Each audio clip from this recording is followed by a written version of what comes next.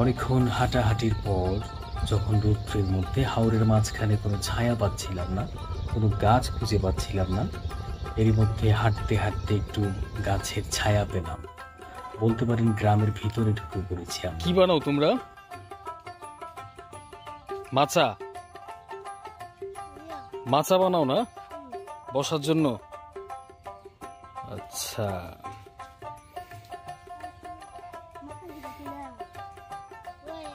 এই যে দেখতে পাচ্ছেন, এটি হচ্ছে শিমুল গাছ, শিমুল তুলা গাছ।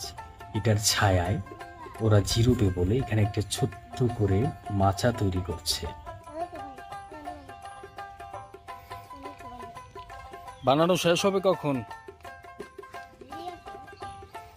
বিকেলবেলা বসাইবে আমারে?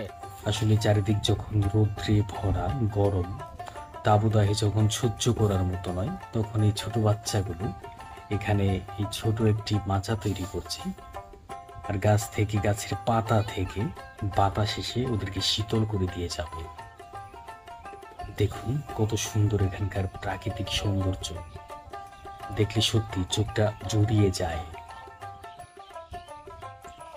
আমার সোনার বাংলা, আমি তোমায় ভালোবাসি। হ্যালো। হাওরের জলকে আপনারা অনেকেই অনেক কিছু বলতে পারেন যে না, হাওরের মধ্যে অনেক পানি, এটা সেটা এই সেই নানান কিছু। কিন্তু আসলে হাওর অঞ্চলে অনেক দিন ধরে থাকার পর আমি যে জিনিসটা বুঝলাম সেটা হচ্ছে, হাওর হচ্ছে বলা চলে মরুভূমির মতোই বলা যায়। মরুভূমির চারিদিকে যেমন শুধু বালু আর বালু থাকে, কিন্তু হাওরের মধ্যে চারিদিকে সবুজ থাকে, পানি থাকে, কিন্তু উপরে রোদ কিন্তু কড়া, চারিদিকে কোনো গাছ থাকে না বড়। আপনি যে একটু জিরোবেন, ছায়াতে একটু জিরিয়ে নেবেন, সেরকম কোনো গাছই পাবেন না এখানে। তো এই হচ্ছে হাওর অঞ্চলের পরিবেশ, প্রকৃতি। দেখুন চারদিকে সবুজ আর সবুজ বিস্তীর্ণ মাঠের মতো। এগুলো হচ্ছে ধান ক্ষেত। ধান ক্ষেতের পাশেই মহিষ চড়াতে দেওয়া হয়েছে। এই অঞ্চলের প্রায় অনেক বাড়িতেই মহিষ পালন করা হয়, এবং মহিষের যে দুধ আছে এটার খুবই চাহিদা এই এলাকায়। মহিষের দুধ দিয়ে নানা রকম দুগ্ধজাত দ্রব্য তৈরি করা হয়। এখানে সাধারণত মহিষগুলোকে দিয়ে হাল চাষ করানোর কাজে লাগানো হয়। মহিষ কিন্তু সারাদিন কাদায় থাকতে পছন্দ করে। এই যে দেখুন, এটার পিঠের মধ্যে, সারা শরীরের মধ্যে কাদা লেগে আছে। যখন মহিষের খুব গরম লাগে, রৌদ্রের তাপে যখন সহ্য করতে না পারে, তখন সেই কাদার মধ্যে গড়াগড়ি করে।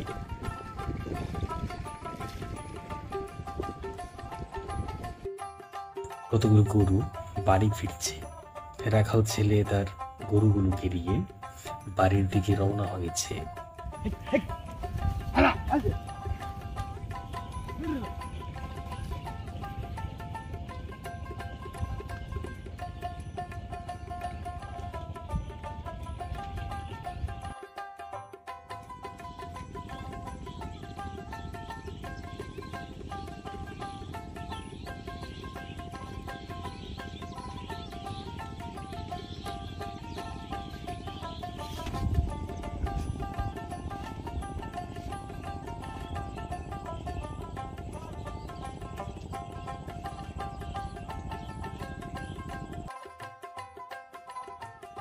সারাদিন গরু চড়ানোর পর কিছু ঘাস কেটে নিয়েছেন।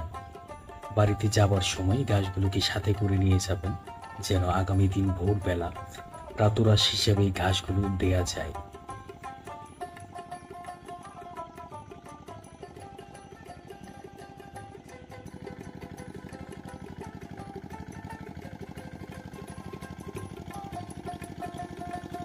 হাওর অঞ্চলের যে সকল ছোট ছোট খালগুলো আছে, চিকন সরু, এই খালগুলো দিয়ে ট্রলার চলাচল করে প্রতিদিন। এক গ্রাম থেকে অন্য গ্রামে ওরা ট্রলারে করে, ছোট ছোট নৌকায় করে পারাপার হতে হয়।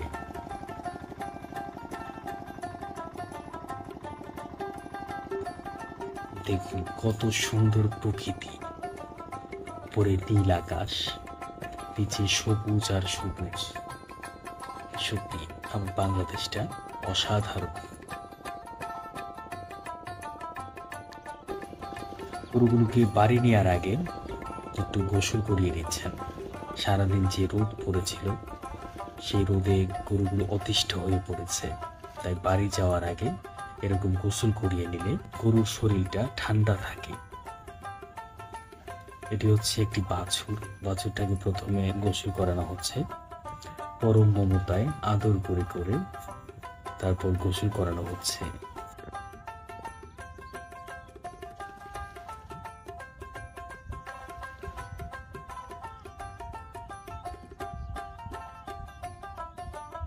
গরমে অতিষ্ঠ হয়ে মা গরুটি হাওরের খাল থেকে পানি খাচ্ছে।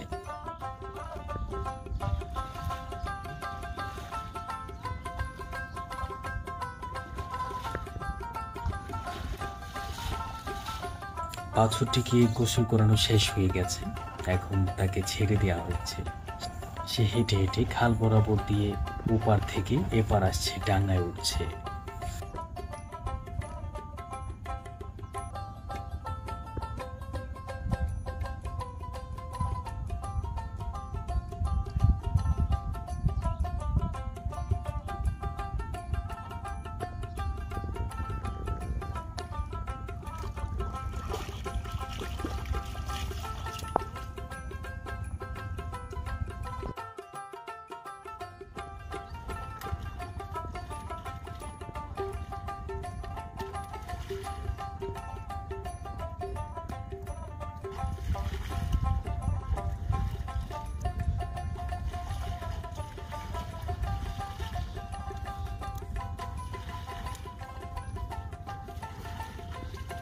কত যত্ন সহকারে শরীরটাকে মেজে মেজে তারপর গোসল করিয়ে দিচ্ছেন। আসলে এই অঞ্চলের মানুষের গবাদি পশুগুলোর সাথে নিবিড় এক বাঁধন তৈরি হয়ে গেছে। মায়া মমতায় তাদেরকে গোসল করানো হয়, বাড়িতে নিয়ে যাওয়া হয়, পরিবারের সদস্য হিসেবে তাদেরকে গণ্য করা হয় এক প্রকার।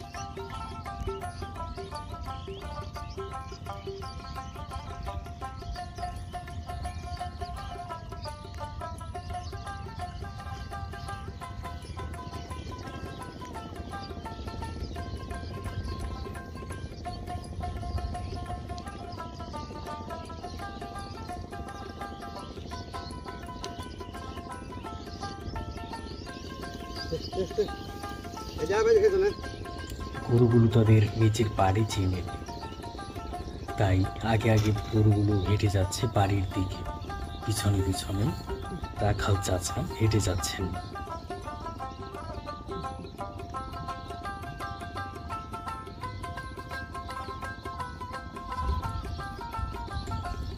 যে দেখুন কতগুলো হাঁস দেখা যাচ্ছে। হাওরের পাশ দিয়ে যে ছোট্ট একটি খাল গেছে, এটার মধ্যে হাঁসগুলো সাঁতার কাটছে। আসলে এই অঞ্চলে অনেকগুলো হাঁসের খামার আছে, আপনারা হয়তো দেখেছেন বিগত ভিডিওতে আমি একটি হাঁসের খামারের ভিডিও করেছিলাম। আপনারা যারা এই ভিডিওটি দেখেননি তারা অবশ্যই আমার চ্যানেলে ঢুকে ভিডিওটি দেখতে পারেন।